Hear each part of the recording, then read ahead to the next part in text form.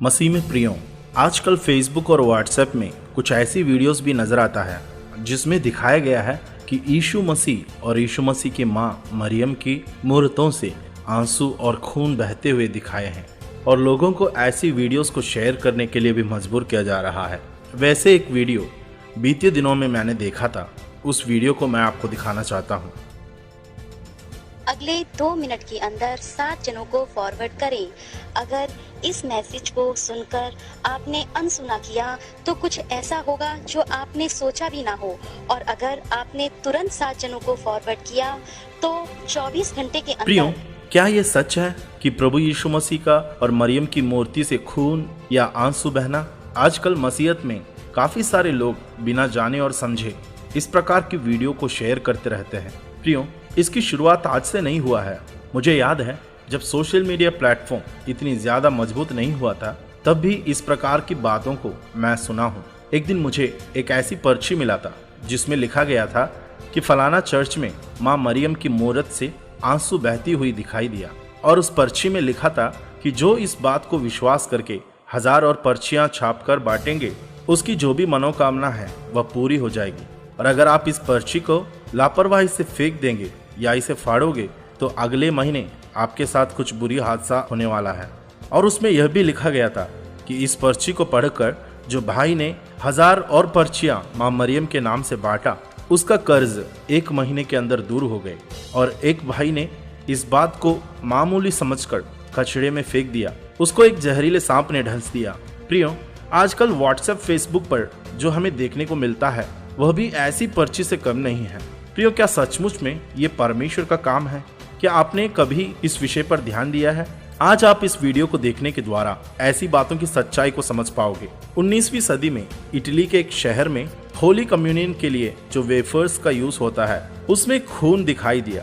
बाद में वहां का एक फार्मिस्ट ने इस बात पर जांच पड़ताल किया गया। तब पता चला था कि यह कोई चमत्कार नहीं था, बल्कि एक बैक्टीरिया का प्रकोप से हुआ था। तब से उस बैक्टीरिया को, जिसे सेरोटिया मोर्सिसेस कहा जाता है, फार्मिस्ट लोग बेहतर ढंग से समझ गया और इसका उपयोग भी विभिन्न तरीकों से किया जाता था। उदाहरण के लिए इसका उपयोग बायोवेपन डिस्पर्स के लिए एक मार्कर के रूप में किया गया, क्योंकि ये बैक्टीरिया लाल रंग के होते थे। इसके अलावा 2012 में मुंबई में Lady of Velankanni Good Health Church के एक मूर्ति के पैर से पानी टपकने लगा, तो वहां के लोगों ने इसे एक चमत्कार समझते थे, जब तक कि एक लेखक सनल एडमर्ग के द्वारा यह साबित किया कि कैपिलरी एक्शन के कारण पानी एक सीवेज सिस्टम से निकल रहा था। प्रियों, वैसे कई सारी घटनाएं दुनिया के कई हिस्सों में होते रहते हैं। ऐसी मूर्तों को प्रसिद्ध करने के द्वारा तीर्थ यात्रियों को आकर्षित करने के लिए प्रवृत्त होते हैं, और ऐसी मूर्तों को धार्मिक त्योहारों और प्रदर्शनों में उपयोग किया जाता है। यह सब के अलावा एक और व्यावहारिक तरीका है कि प्लास्टर से बनी हुई मूर्तों पर लिक्विड इंजेक्ट किया जाता है, क्योंकि प्लास्टर एक झरझरा पदार्थ है जो लिक्विड को बहुत समय तक अब्सॉर्ब कर सकते हैं, और उन मूर्तियों की आंखों पर खरोचने से प्लास्टर के माध्यम से लिक्विड रिसने लगेंगे। इस प्रकार से भी मूर्तियों पर आंसू बना सकते हैं।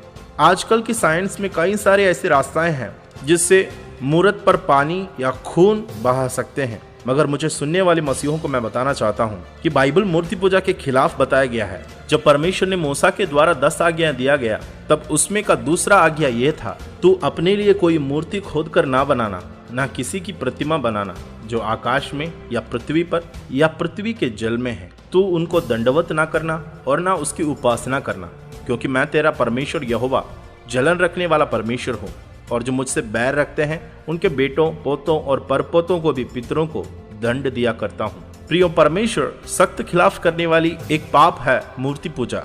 वो चाहे हम प्रभु यीशु मसीह का क्यों ना बनाएं, तो भी मूर्त ही होता है। इस कारण हमें ऐसी बातों पर विश्वास नहीं करना चाहिए। यह सब चमत्कार अधिकांश मनुष्य या शैतान की तरफ से ही होता है, मगर हमारा परमेश्वर ऐसी मूर्तियों से दूर रहने को हमें कहता है। इस कारण मुझे सुनने वाले लोगों, हम परमेश्वर के वचन के अनुसार आगे बढ़े, ऐसी झूठी बातों के पीछे ना भागे। प्रभु आप सबको आशीष देने पाए। अगले वीडियो के साथ हम फिर मिलेंगे। आप सबको जय मसीह।